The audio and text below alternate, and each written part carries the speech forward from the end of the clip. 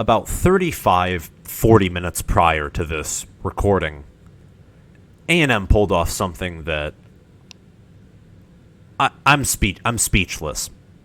And granted, before you get a huge opinion about this video, keep in mind, I'm going to admit this, I watched the Michigan-Nebraska game before I watched this game. I only watched the last few minutes of this game, but I still want to cover it briefly to all of you. And I say briefly just because it's, I'm just stunned, and I want to get all my thoughts out now. I don't want to wait on this game until tomorrow. I'm not necessarily an SEC guy. I got a lot of Big Ten content to cover, like, Michigan's win over Nebraska, Ohio State over Maryland. I got a lot to do relating to the Big Ten. This right here. Yeah, I have to cover this. I absolutely have to. I have to at least produce an instant reaction, and that's what I'm going to do. A near instant reaction, pardon me. This game, Alabama, what this thing proves is, for one, you have defensive issues.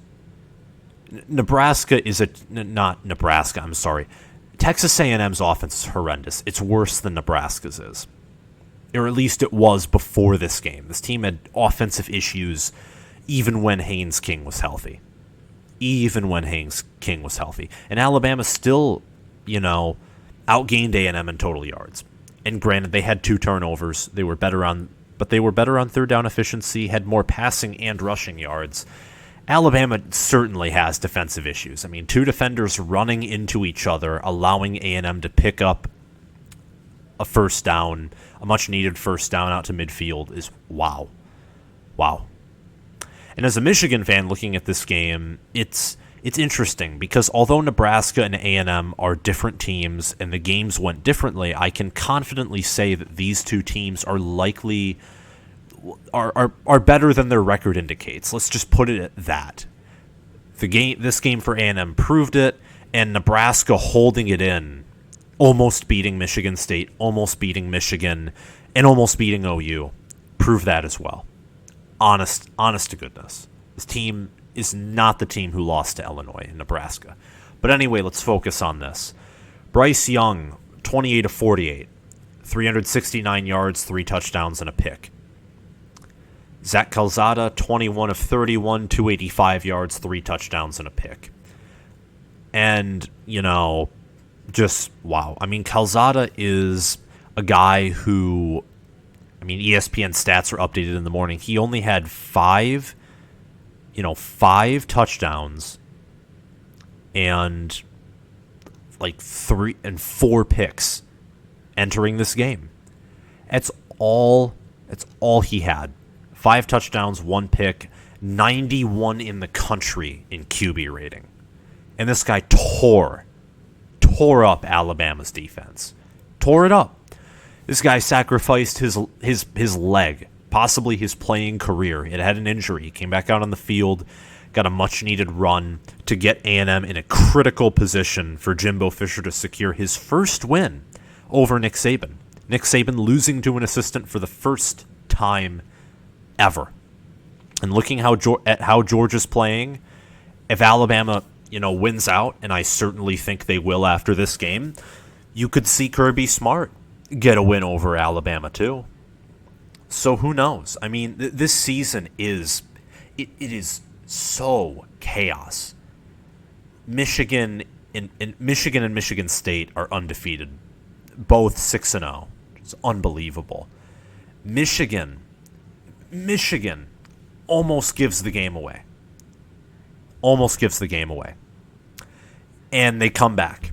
And Alabama gave the game away. This is crazy. It should be reversed. Michigan should have lost, and Alabama should have won the way things were going in the second half, and it didn't.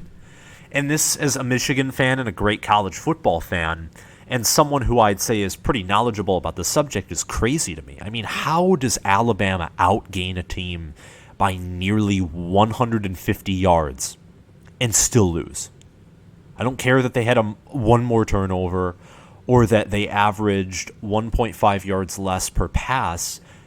They passed more than A&M and ran more too. And I know that A&M did get they got some critical stops in the red zone, which really helped. I mean, I think from what I understand, Will Reichard, I mean, you got Alabama field goal. You got Alabama field goal. I mean, Alabama had three field goals, and I think to A&M's two. Again, I didn't watch the entire game, so take what I have to say about stats with a grain of salt. But what a win. Absolutely what a win. It's crazy. I mean, Ainias Smith, who he was a running back last year, now he's a wide receiver, so pardon me about that. But what a game. What a game. He came in clutch. Isaiah Spiller, as always, did his job. And Alabama still played good. I mean, Jameson Williams and Brian Robinson Jr. still, by all accounts, did have great games. But Alabama's defense, this is interesting because we saw this last year against Ole Miss, a team that honestly had no business beating Alabama, came close to beating them. And here it's the same thing. This defense is not the defense of Nick Saban the old at all. It wasn't last year, granted COVID. This year it's obvious that it isn't. And it's impressive for Jimbo. The program looked to be going potentially south after that loss to Mississippi State. And, after last year and the expectations surrounding this team this year, it's like you lose to Bama, you're 3-3, you're 0-3 in conference, and this team would honestly probably fall off a cliff. You start 3-0, you go 0-3. This was a much needed win. This saves A&M's season. A&M, and granted again, not an SEC expert, A&M could go 6-6. They could have a 7-6, 8-5 season. This is still a success because you beat Bama. You beat a rival who you have not beaten since you had a Heisman in Johnny Manziel. You did not have the players that A&M had then. You did not have Johnny Manziel. You did not have Mike Evans. Honestly, you did not have Cliff Kingsbury as your OC. You just didn't. And you did not have, it's just wow. You pulled off what I thought is the impossible. And that's why I'm, kind of pausing so much, is I am stunned.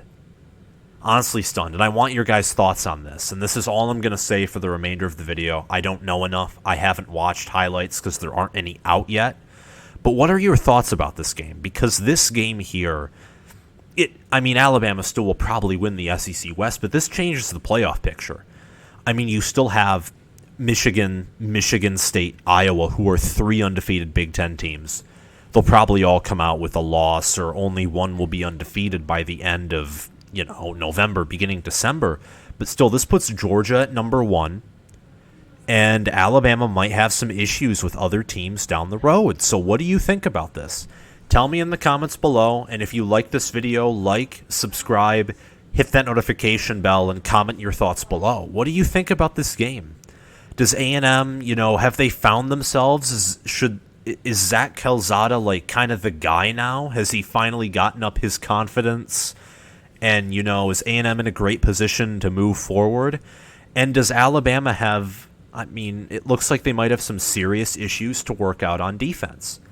Thank you for watching, and I'll see you around.